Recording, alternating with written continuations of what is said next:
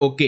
बहुत बहुत स्वागत है बच्चों आप सभी का आज की इस वीडियो में। और आज की ये वीडियो क्लास 11th का आपका जो पॉलिटिकल साइंस का सब्जेक्ट है, हिंदी में कहें तो राजनीतिक विज्ञान का, इसके लिए एक बहुत ज्यादा इंपॉर्टेंट वीडियो होने वाली है।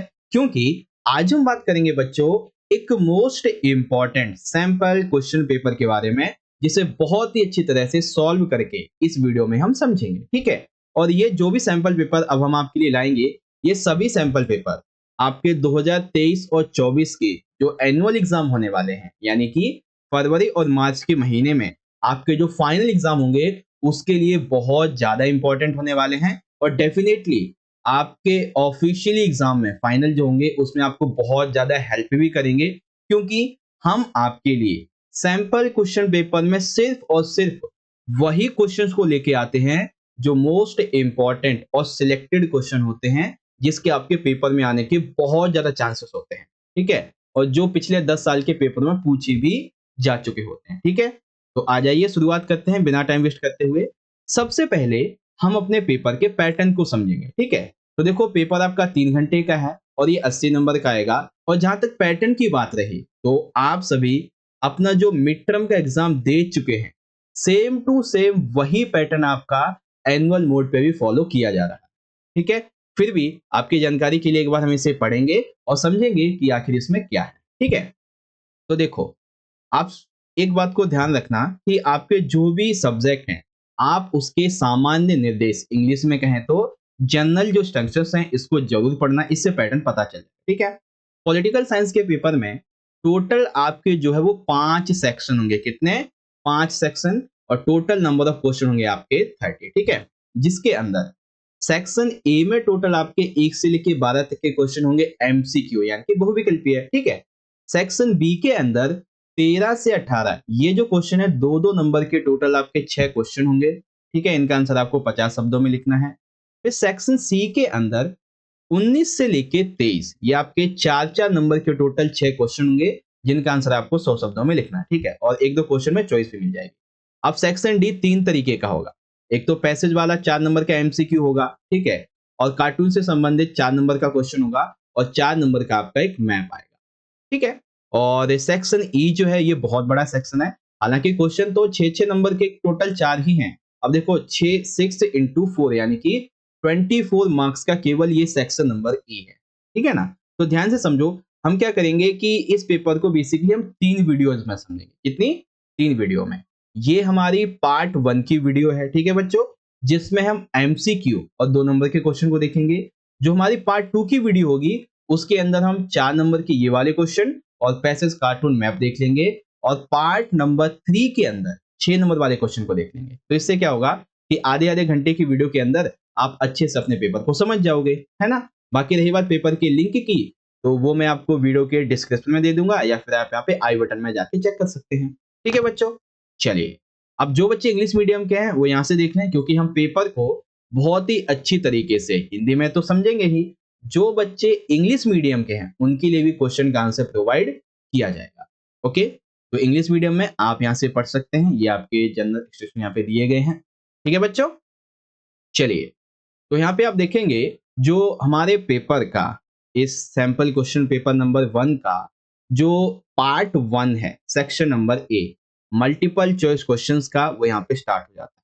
ठीक है। इससे पहले मैं आगे बढ़ूं, आपसे कुछ बताना चाहूंगा। एक इंपॉर्टेंट अनाउंसमेंट है, और वो ये है कि आज की इस वीडियो से ही हमने अपने चैनल पे एक जो नई वीडियो सीरीज है वो स्टार्ट कर दी है, जिसके अंदर आपकी ह्यूमैनिटीज यानी कि आर्ट्स के, आर्ट्स से लेके जितने भी 10 सब्जेक्ट हैं, हिंदी, इंग्लिश, ज्योग्राफी, इकोनॉमिक्स हो गया और पॉलिटिकल, ठीक है, और भी जितने 8 से 10 सब्जेक्ट हैं, हम हर एक सब्जेक्ट के कम से कम 8 से लेके 10 सैंपल क्वेश्चन पेपर की प्रैक्टिस करेंगे। और आप यकीन मानो, अगर आपने इन 8 से 10 सैंपल पेपर को कर लिया, तो 90 प्लस तो आपके कहीं पे भी नहीं है।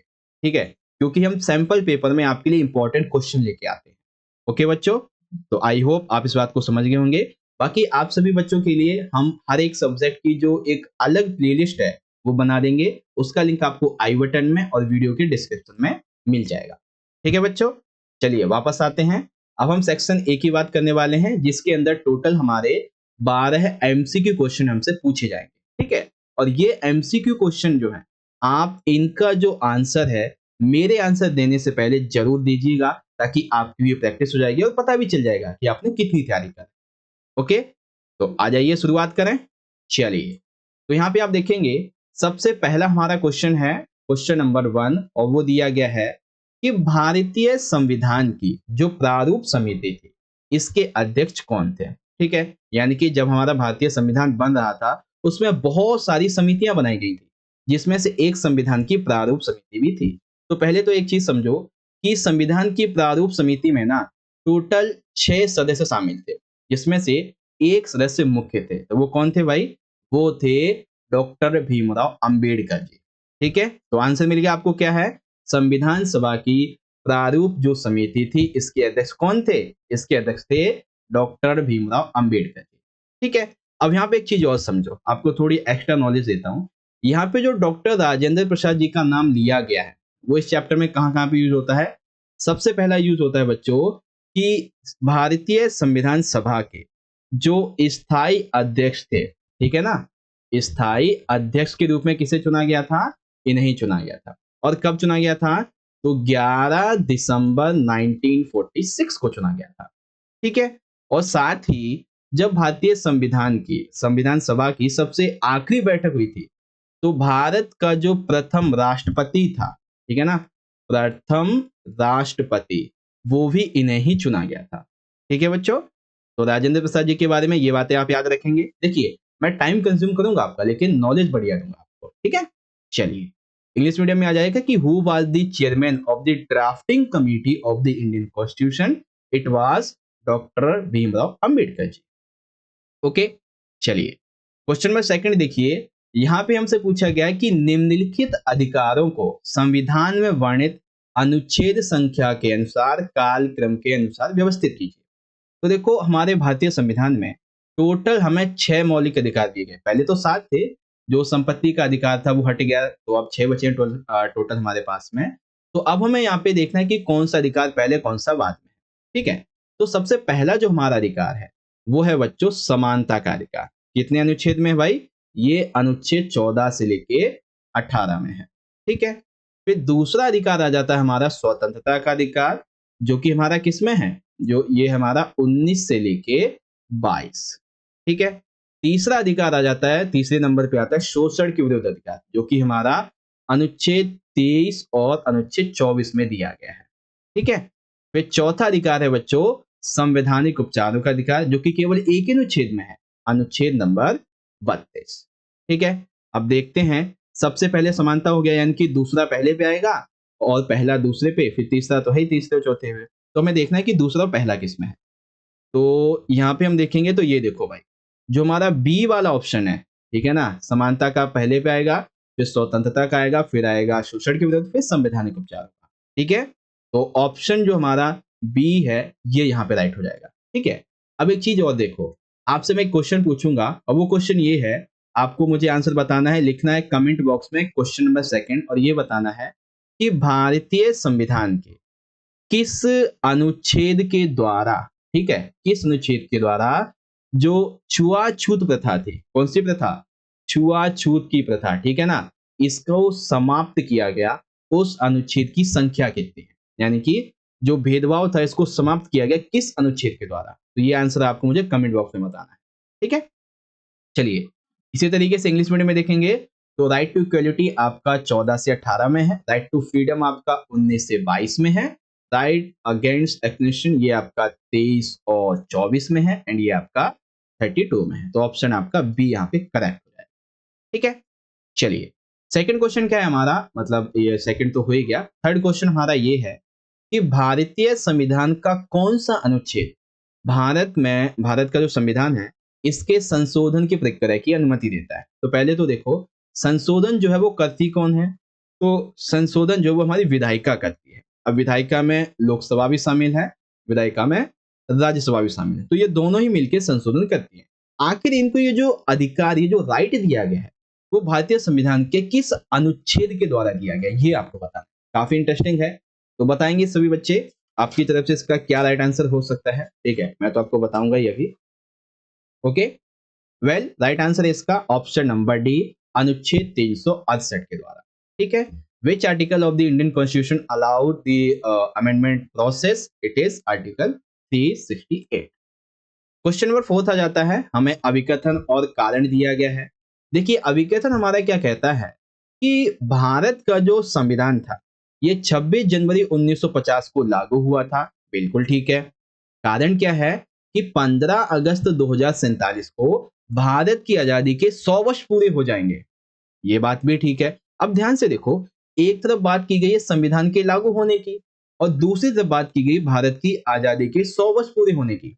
बातें तो दोनों ठीक हैं, लेकिन जब कारण में अगर यहाँ पे संविधान की कोई बात होती तब तो ये इसकी व्याख्या कर रहा होता। हालांकि सही तो दोनों ही है ना? तो यहाँ पे क्या बोलेंगे? हम बोलेंगे कि अभिकथन ए हमारा सही है, हमारा कारण आ, दोनों सही है, बट यहाँ पे व्याख्या नहीं है, सही व्याख्या नहीं है। ये नहीं लिखा नहीं था, मैंने लिख दिया, ठीक है ना? तो सही व्याख्या नहीं है, ये राइट हो जाएगा। ठीक है बच्चों, चलिए इसी तरीके से इंग्लिश में असर्शन ठीक है, रीजन ठीक है, बट एक्सप्लेनेशन नहीं है, इसीलिए यहाँ पे हो जाएगा इज द नॉट। ठीक है ना, नॉट करेक्शन, इस तरीके से। ओके, अच्छा ये वाला क्वेश्चन बहुत ही डिफिकल्ट है, काफी अंदर से पूछा गया था। क्वेश्चन ये है कि भारत के संविधान में निम्नलिखित में से कौन सा अनुच्छेद भारत के जो उत्तरी पूर्वी क्षेत्र है इससे संबंधित है? ठीक है, काफी डिफिकल्ट है। इसका आंसर है बच्चों अनुच्छेद 371। ठीक है, और ये किसमें दिया गया? चैप्टर नंबर 7 आपका जो संघवाद है उस वाले में दिया गया है।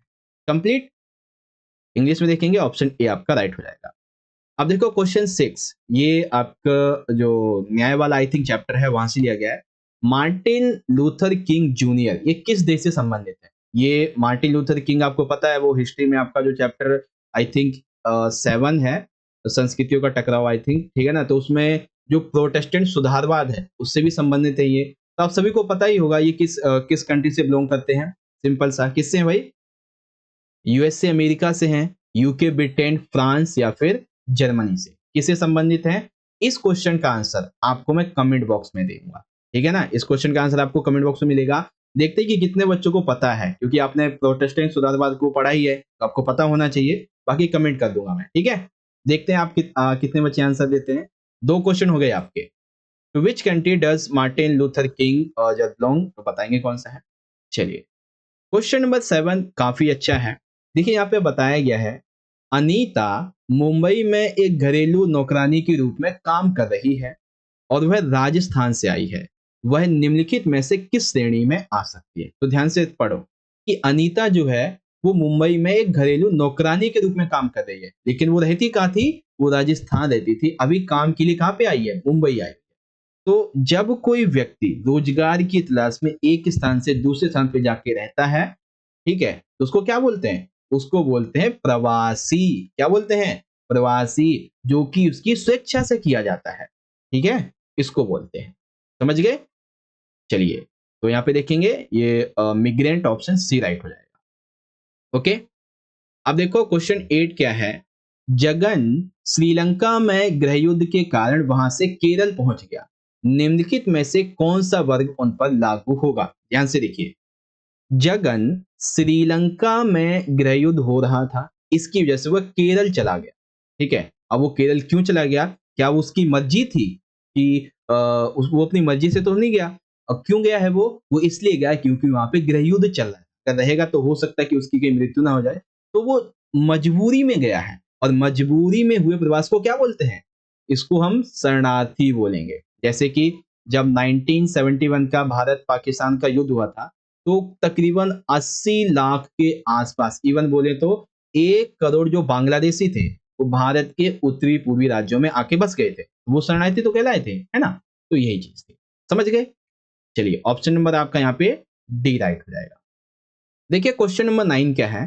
क्वेश्चन ये कि निम्नलिखित में से ये जो किताब है डिस्कवरी ऑफ इंडिया यानी कि भारत एक खोज, ये पुस्तक किस व्यक्ति के द्वारा लिखी गई थी?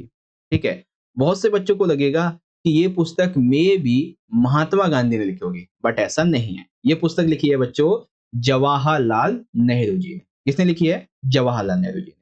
ठीक है, देखो आई नो कि इन 12 क्वेश्चन में से आपको कुछ क्वेश्चन ऐसे भी दिख रहे होंगे कि जो तो आपने पढ़े ही नहीं होंगे, ठीक है, लेकिन ये सैंपल पेपर डीओई की तरफ से ऑफिशियली आपका दिया गया है, तो सॉल्व करना तो बनता है भाई, है ना।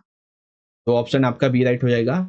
क्वेश्चन 10 देखिए, ये ना बहुत ही आसान क्वेश्चन है। क्वेश्चन क्या है कि सभी यहूदियों ने हमेशा यह दावा किया कि उनकी मूल मातृभूमि डैश वादा भूमि में थी, ठीक है।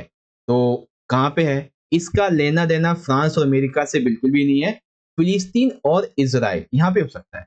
तो मोस्टली जो यहूदी हैं वो क्या बोलते हैं कि जो हमारी इजराइल भूमि है वो हमारी मातृभूमि एक तरीके से, है ना। तो ऑप्शन डी करेक्ट हो जाएगा, ठीक है। ऑप्शन यहाँ पे डी हो जाएगा आपका। आगे देखते हैं, क्वेश्चन नंबर 11 है। ये दिया गया है कि एक राष्ट्र का अस्तित्व तब होता है जब उसके सदस्य यह मानते हैं कि वे, अर्थात मान लेते हैं भारत एक राष्ट्र है। भारत जो राष्ट्र है, आखिर इसका अस्तित्व ये कैसे एग्जिस्ट करता है, तो हम कैसे क्या बोलेंगे, हम ये बोलेंगे कि जब सभी एक दूसरे के साथ हैं, जब सभी एक साथ हैं तभी तो एक राष्ट्र बनता है ना। जैसे एक परिवार है, परिवार में 5 लोग हैं, ठीक है ना, 5 लोग जब एक साथ हैं तभी वो परिवार है। अगर शादी हो जाए या फिर कोई न्यारा हो जाए, ठीक है ना, अलग रहने लगे तो परिवार तो टूट गया, परिवार तो रहा ही नहीं वो, है ना। तो जब सभी एक साथ मिलके रहते हैं तब राष्ट्र बनता है, ठीक है। तो आर टुगेदर। क्वेश्चन नंबर 12 बहुत ही अच्छा क्वेश्चन है। क्वेश्चन ये है कि अभिकथन में हमसे पूछा गया है, बास्क स्पेन में स्थित एक समृद्ध पहाड़ी क्षेत्र है। बिल्कुल ठीक है। कारण क्या है, स्पेन की जो सरकार थी वो इसकी स्वायत्तता को कम करना चाहती थी। ये भी बिल्कुल ठीक है। अर्थात बास्क के बारे में जो बताया गया है और सरकार इसकी स्वतंत्रता को कम करना चाहती थी वो भी सही है। तो ऑप्शन ए राइट हो जाएगा, यानी कि इसकी ये दोनों सही हैं और कारण इसकी सही व्याख्या भी करता है, ठीक है बच्चों। तो 12 क्वेश्चन आपको समझ में आएगा अच्छे तरीके से। इसी तरह से आप इसे यहाँ पे इंग्लिश में देख सकते हैं। आई होप आप समझ गए होंगे। अब एक क्वेश्चन जो रह गया था वो मैं आपको कमेंट बॉक्स में बता दूंगा, ठीक है। बाकी एक क्वेश्चन जो मैंने पूछा था आप मुझे जरूर बताना उसके बारे में। चलिए, अब यहाँ पे आएगा हमारा सेक्शन नंबर भी, बट इसको स्टार्ट करने से पहले आप बताना कि 12 एमसीक्यू में से आपने कितने एमसीक्यू क्वेश्चन का आंसर राइट दिया, ठीक है, ताकि मुझे भी तो पता चले कि आप कितना पढ़ रहे हैं, ठीक है।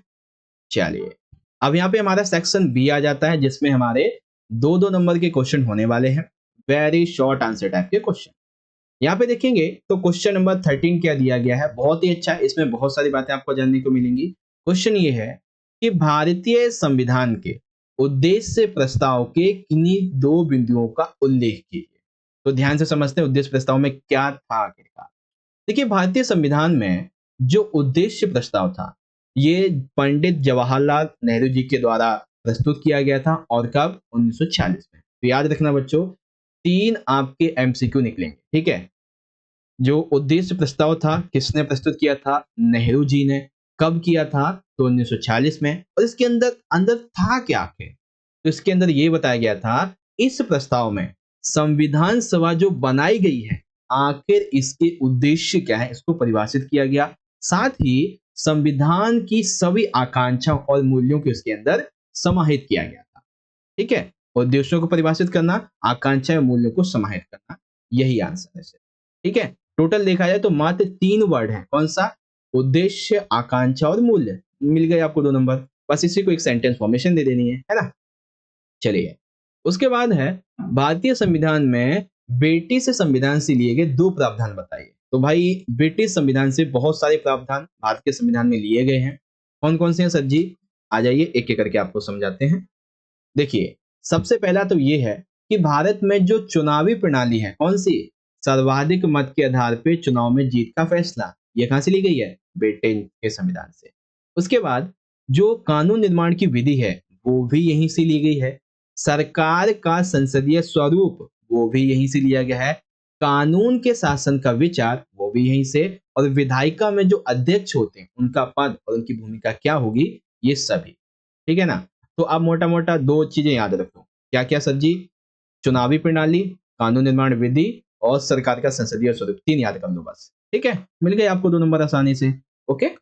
चलिए, ये 2 हो गए हमारे। अब इसी तरीके से इंग्लिश में है कि mention any 2 points of the objective resolution of the Indian constitution. तो क्या है इसके बारे में आप यहां से पढ़िए।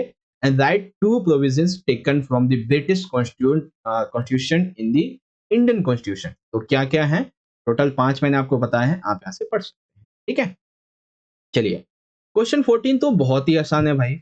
न्यायपालिका के कोई दो कार्य बताइए। अच्छा, न्यायपालिका बहुत ही आसान है। देखो सबसे पहले हम बताएंगे न्यायपालिका क्या है।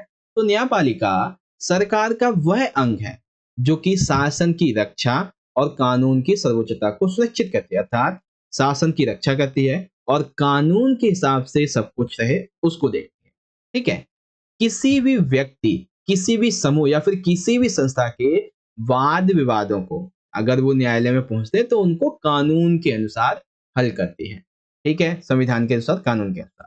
न्यायपालिका हम व्यक्तियों के मौलिक अधिकार और जो अन्य अधिकार हैं उन सभी की रक्षा करती है और ये सुनिश्चित करती है कि लोकतंत्र के अंतर्गत किसी एक व्यक्ति या फिर एक समूह, एक पार्टी, एक संस्था की तानाशाही ना रहे, सभी को समान अवसर मिलना चाहिए। ठीक है, तो क्या क्या हो गया भाई। सबसे पहले तो न्याय करती है, रक्षा करती है, विवादों को सुलझाती है, अधिकारों की रक्षा करती है, तानाशाही ना हो ये सब देखती है। साथ ही राज्य के केंद्र के बीच में जो विवाद होते हैं इनको भी हल करती है ना। बहुत ही आसान था ये वाला। चलिए इंग्लिश में mention any two functions of the judiciary, तो आप यहाँ से पढ़ सकते हैं। ठीक है, चलिए क्वेश्चन नंबर 15 में क्या कहा गया है। क्या भारत एक संघीय राज्य है? अपने उत्तर के समर्थन में दो कारण दीजिए। तो हाँ, मैं ये मानता हूं कि भारत एक संघीय राज्य है और ये है भी। मैं बताता हूं कैसे। देखिए भारतीय संविधान के अनुच्छेद नंबर 1 में भारत को राज्यों का संघ कहा गया है और जहां पे राज्यों का संघ आ जाता है तो इसका मतलब क्या हो गया कि वो एक संघीय राज्य है। कुछ और एग्जाम्पल समझिए। भारतीय संघवाद के अनुसार भारत में एक संघीय यानी कि केंद्रीय सरकार है जिसमें 28 राज्य हैं, 8 केंद्र शासित प्रदेश हैं, इनकी अपनी अपनी विषय है। ठीक है, सभी के, राज्य के, केंद्र के और जो केंद्र शासित प्रदेश है उनके। ठीक है, केंद्रीय या संघीय सरकार का कार्यक्षेत्र कितना होता है? पूरा का पूरा देश, पूरी की पूरी कंट्री इनके अंडर आती है। ठीक है, जैसे कि वर्तमान में प्राइम मिनिस्टर है नरेंद्र मोदी जी, तो वो क्या है, वो एक संघीय सरकार, वो सेंट्रल गवर्नमेंट है। ठीक है, जिनके अंदर में पूरा का पूरा देश है। ठीक है, उसके जिम्मे राष्ट्रीय महत्व के सभी विषय होते हैं जैसे कि विदेश नीति, शांति, सुरक्षा, ये सारी चीजें होती हैं। ठीक है, वहीं प्रांतीय सरकार का कार्यक्षेत्र होता है उनका प्रांत। जैसे मान लेते हैं अभी के टाइम पे यूपी में सरकार है बीजेपी की। ठीक है, तो यूपी क्या हो गया, प्रांत हो गया। और जो सरकार है किसकी, बीजेपी की, तो बीजेपी केवल यूपी तक ही सीमित है। ठीक है, एक और एग्जांपल लाइक मान लेते हैं दिल्ली में अभी जो सरकार है वो किसकी है, केजरीवाल जी की है ना। तो जो प्रांत है वो तो दिल्ली हो गया, हालांकि है तो केंद्र शासित, एग्जाम्पल के लिए मैं बता रहा हूँ। तो उनका जो कार्यक्षेत्र है वो कहाँ रहेगा, केवल दिल्ली में। तो जहां जिसकी सरकार है उसी हिसाब से है। ठीक है, कई बार केंद्र और राज्य के मध्य में टकराव होता है तो न्यायपालिका इसको सुलझा देती है। ठीक है, देखो मोटा मोटा आप 2 से 3 चीजें याद कर लो। क्या क्या सर जी? सबसे पहला तो ये कि भारतीय संविधान के अनुच्छेद 1 में भारत को राज्यों का संघ कहा गया है। 2 प्रकार की सरकारें हैं, एक को पूरा देश संभालना है, एक को अपना राज्य संभालना है, बस ये चीज है। ठीक है, समझिए अच्छे तरीके से। चलिए इंग्लिश में आ जाइए। Is India a federal state? Yes of course. Give any two reasons, तो ये रहे सारे के सारे रीजन, आप पढ़ सकते हैं यहाँ से। ठीक है, चलिए क्वेश्चन नंबर 16 बहुत ही आसान है। क्वेश्चन ये है कि नकारात्मक स्वतंत्रता, निगेटिव लिबर्टी या फ्रीडम कह सकते हैं, इसके कोई दो उदाहरण दीजिए। तो देखो, नकारात्मक स्वतंत्रता उस क्षेत्र को पहचानने और बचाने का प्रयास करती है जिसमें व्यक्ति अनुलंघनीय हो। यानी कि नकारात्मक स्वतंत्रता जो है वो पर्टिकुलरली उस क्षेत्र को पहचानने, उसको बचाने का प्रयास करती है जिसमें व्यक्ति पर किसी प्रकार का कोई उल्लंघन लगा हो। ठीक है, व्यक्ति जिसमें वह जो होना, मतलब व्यक्ति जो बनना चाहता है, जो करना चाहता है, वो कर सके, वो बन सके, वो रह सके। ठीक है, इसको बोलते हैं नकारात्मक स्वतंत्रता, भले उसके पास में योग्यता वगैरह हो या ना हो। व्यक्ति की किसी भी कार्य पर किसी भी प्रकार का कोई भी प्रतिबंध नहीं होना चाहिए, इसको बोलते हैं नकारात्मक स्वतंत्रता। मनुष्य को अपने अनुसार कार्य करने की स्वतंत्रता होनी चाहिए, इसको बोलते हैं नकारात्मक स्वतंत्रता। व्यक्ति के जीवन के प्रत्येक क्षेत्र राजनीतिक, आर्थिक, सामाजिक, धार्मिक रूप से वो पूर्ण रूप से स्वतंत्र होना चाहिए, सरकार का हस्तक्षेप नहीं होना चाहिए, इसको बोलते हैं नकारात्मक स्वतंत्रता। ठीक है ना? तो इस तरीके से अब आप समझ सकते हैं जो बातें मैंने आपको बताई नकारात्मक स्वतंत्रता के बारे में। सरकार का कोई प्रतिबंध नहीं, जो चाहे सो करें, विभिन्न प्रकार की स्वतंत्रताएं होनी चाहिए, ठीक है ना? तो ये बातें थी। चलिए इंग्लिश में देखते हैं, give any two examples of negative liberty. तो दो एग्जांपल कौन कौन से हैं आप यहां से पढ़ सकते हैं। कंप्लीट। आगे बात करते हैं क्वेश्चन 17 की। अब देखो ये क्वेश्चन है तो बहुत ही आसान सा, लेकिन इसको मैं थोड़ा अच्छे से बताऊंगा ताकि आपके कुछ दो चार जो एमसीक्यूज भी हैं वो भी कंप्लीट हो जाए। आसान सा क्वेश्चन क्या है आपका कि एक आदर्श नागरिक के किन्हीं दो कर्तव्यों का वर्णन कीजिए। तो वो दो कर्तव्य कौन कौन से बता सकते हैं। पहला कर्तव्य हम ये बता सकते हैं कि प्रत्येक व्यक्ति को संविधान का पालन करना चाहिए, राष्ट्र ध्वज और भारत के राष्ट्रगान का सम्मान करना चाहिए, ठीक है, भारत की संप्रभुता, एकता और अखंडता की रक्षा के लिए हमेशा तत्पर रहना चाहिए। बस यही दो पॉइंट लिखने हैं और मिल गई आपको पूरे 2 नंबर, ठीक है। बट क्या हो अगर यही क्वेश्चन 4 नंबर में आ जाए तो आप क्या करोगे, फिर दोबारा देखोगे कैसे पढ़े कैसे नहीं। वेल डोंट वरी, जब आप 4 नंबर में क्वेश्चन आए तो लिख देना 1976 में जब भारतीय संविधान का 42वां संविधान संशोधन हुआ, इसके तहत नागरिकों के लिए मौलिक कर्तव्यों की एक सूची जो थी वो भारतीय संविधान में जोड़ी गई, जिसमें अनुच्छेद 51 के काम है, जिसमें टोटल कितने मौलिक कर्तव्य बताए गए, 10 बताए गए। दो तो आपको बता ही दिए, और भी हैं लाइक राष्ट्रीय आंदोलन को प्रेरित करने वाले उच्च जो आदर्श हैं इनको हृदय में संजोए रखो, जैसे क्रांतिकारी वगैरह थे इनके बारे में। प्राकृतिक पर्यावरण का संरक्षण करो, देश की सुरक्षा के लिए हमेशा तैयार रहो, ठीक है, ये कुछ बात, ठीक है ना। तो आप समझ गए अच्छे तरीके से। अब देखो पेपर में आपसे एमसीक्यू में आ सकता है कि मौलिक कर्तव्यों को किस अनुसूची में जोड़ा गया है या फिर किस अनुच्छेद में जोड़ा गया है। तो अनुच्छेद 51 के काम है, किस संशोधन के द्वारा, तो 42 में, कब जोड़ा गया, तो 1976 में। तो ये आपके 3 एमसीक्यू इससे कंप्लीट हो गए, ठीक है बच्चों, वैसे याद कर लेंगे ना। चलिए इंग्लिश में आ जाता है कि describe any two duties of an ideal citizen. तो यहाँ पे देख सकते हैं आप, ये हो गया। अब बारी आती है क्वेश्चन नंबर 18। बहुत ही अच्छा और बहुत ही आसान सा प्रश्न है। अगर आपने ये चैप्टर अभी तक नहीं पढ़ा है तो भी आपको समझ में आ जाएगा, पढ़ लिया तो और भी अच्छे से समझ जाओगे। देखो 18 क्वेश्चन क्या है कि भारत एक धर्मनिरपेक्ष या फिर कह लें कि पंथ निरपेक्ष राज्य है कैसे। अपने उत्तर के समर्थन में कोई दो कारण दीजिए।